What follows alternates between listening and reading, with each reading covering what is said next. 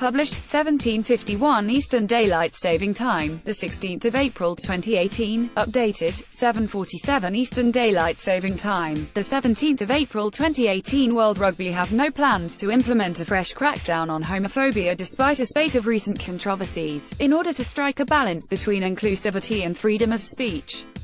Australia fullback Israel Folau yesterday reiterated the religious beliefs which underpinned his comment earlier this month that gay people would go to hell unless they repent their sins. The storm caused by his outburst followed France centre Mathieu Bastareau's ban for calling an Italian rival AF********,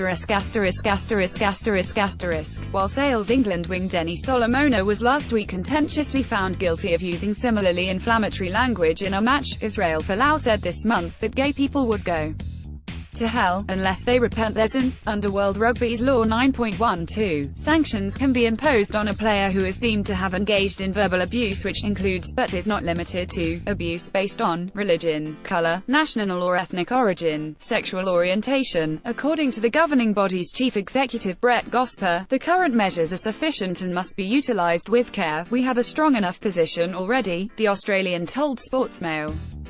"We are a very inclusive sport and we are clear on these issues. There has to be a balance in terms of freedom of speech as well. It is very complex sometimes to work out. There are laws of inclusion and laws about freedom of speech, so it is very difficult, but rugby is clearly an inclusive sport in every way." Gosper and his colleagues at World Cup have been besieged by controversy lately. Aside from the homophobia episodes, the European section of the World Cup qualifying process has disintegrated amid bitter acrimony. First, Spain were aggrieved by the performance of Romanian officials, appointed by Rugby Europe, the continent's governing body, who presided over their shock defeat in Belgium, which allowed Romania to qualify automatically for next year's global showpiece ahead of them. Then came eligibility doubts about Spanish and Romanian players, which meant that World Rugby's intention to order a replay of the Belgium v Spain game was deferred, pending further investigations. Whatever the outcome, it has been a PR calamity for the sport and changes afoot. "We have been uncomfortable with the optics, the look, of this," said Gosper.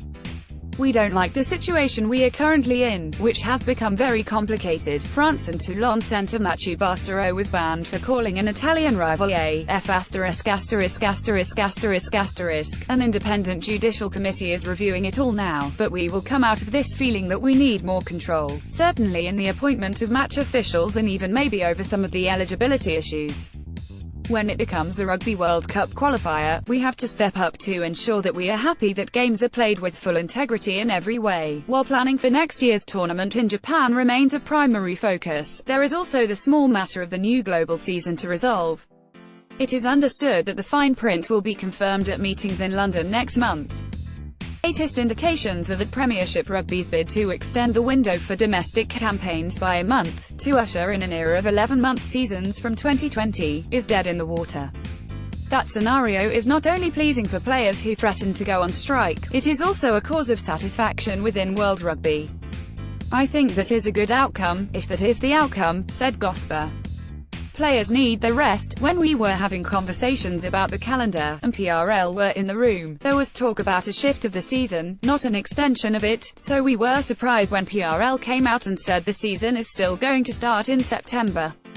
We communicated that surprise to PRL. One downside of the new season model will be a reduction in the length and scope of Lions tours, which are set to feature 8 games over 5 weeks from 2021, down from 10 games over 6 weeks.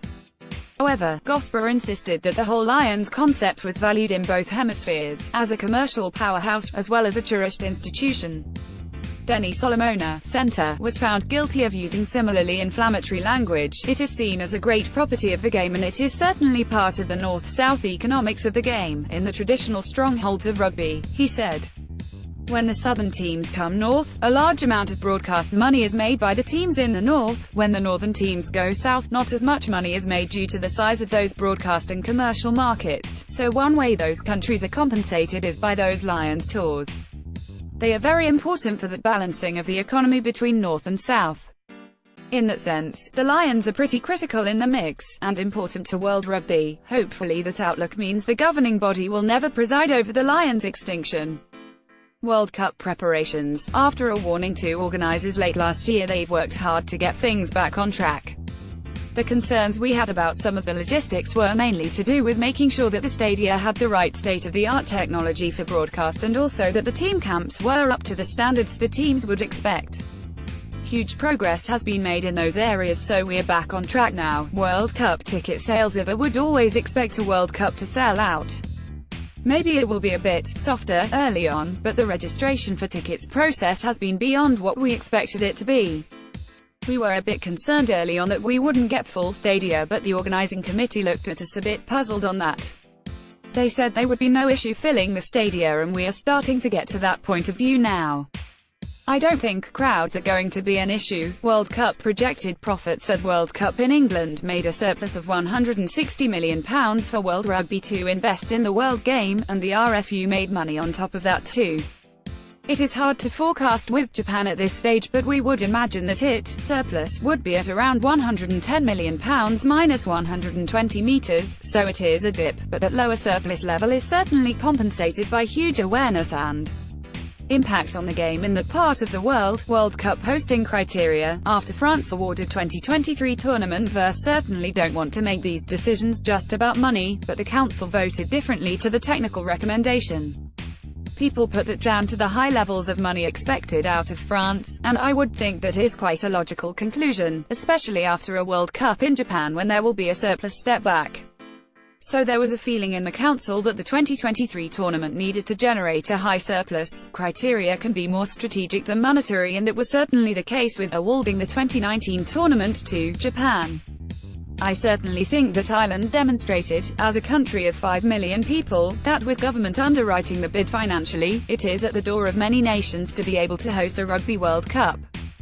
That assessment of strategy versus money, or whether money is the strategy, can be made at each bidding process. I don't think it takes anyone out of the picture. Georgia's fight for a place in the Six Nations have to respect the Six Nations' commercial sovereignty, and they have to decide for themselves what they want to do. But in the future, is there a possible role for other European countries in the Six Nations, and even other countries in other parts of the world in the Rugby Championship? As they get better, prove they can be competitive, and prove their worth, that is always a possibility. Our general sense of direction is to globalize the game and increase opportunities for those teams. We will always explore the possibility of involvement in the big competitions. Tier 2 nations requests for a share of gate receipts from richer rivals. Currently there is no change envisaged. There are some talks that we should be looking at this in order to have an overall policy, but it hasn't happened at this point. We as World Rugby want to stay out of what economic agreements are made between countries that are playing each other. It is a complex area because the economics of one union are not the same as another. The good news is that most of these players, from the markets of the Pacific and so on, are often earning good salaries playing for clubs in England or France. Yes, there are economic differences between the unions when they come together on the field for an international, so what we try to do is compensate those unions by paying for players together, paying for air travel, paying for strength and conditioning, and helping to fund those unions through the surplus from World Cups. Increase in tests played outside official windows. Unions will be tempted to play tests outside of the windows, because of the financial pressures on them. That is their prerogative, but they can't expect to have all their players available under Regulation 9, governing player release. There was some discussion about the game between Wales and Scotland in November this year, because it is unusual. It was defended by the economics of the game, the need to create funding to pay good players, etc., etc., etc. It is hard to ignore the economics of those countries which are trying to ensure they have the turnover to support their programs. It would be difficult for us to deny them their right to play those games. What we can deny them is the right to have all their players outside the windows, because Reg 9 only covers them for the windows which are defined.